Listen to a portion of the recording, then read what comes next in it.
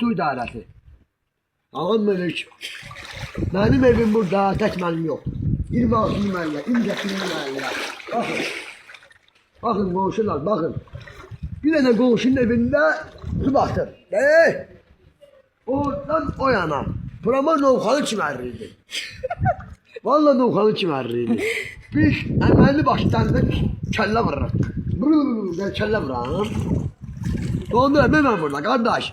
Yani benim yollanar, qonşudan yollandı düzəldim. O nədir? Hər də fırr su yeri bırakır. Ala. Burada adam rütubətdən ölər. Kanada sistemini niye qarmırsınız? Niye düzəltmirsiniz? Bir tane kanada sistemidir. Qonşuda qalıb orada. Oradan buraya gəlib getmək olmur.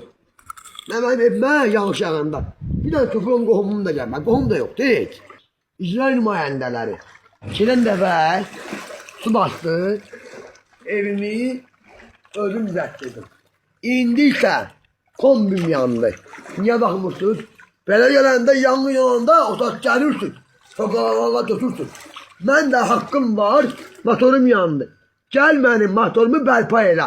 Allah'a and olsun ki, keçmərəm eşinəyə. Mənim evim ucu qazalı vəziyyətdədir.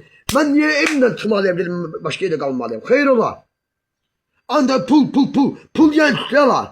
Gəlin mənim evimi bərpa edin. Buna baxın. Elə şey yoxdur. Mənim evimin işıq yanında baxın, deyə, baxın. Motor qalıb suyun altında. Mən onun qorxumdan onu çıxarda bilmirəm. Tok məni bu gəbərdəcək. Xeyr ola. Dava gəlin, köçdürün buraya canım. Mən Allah'a and olsun, başımda onu eləyərəm. Mənim başımı xayb eləmir. Gəlin mənim kimi bərpa edin.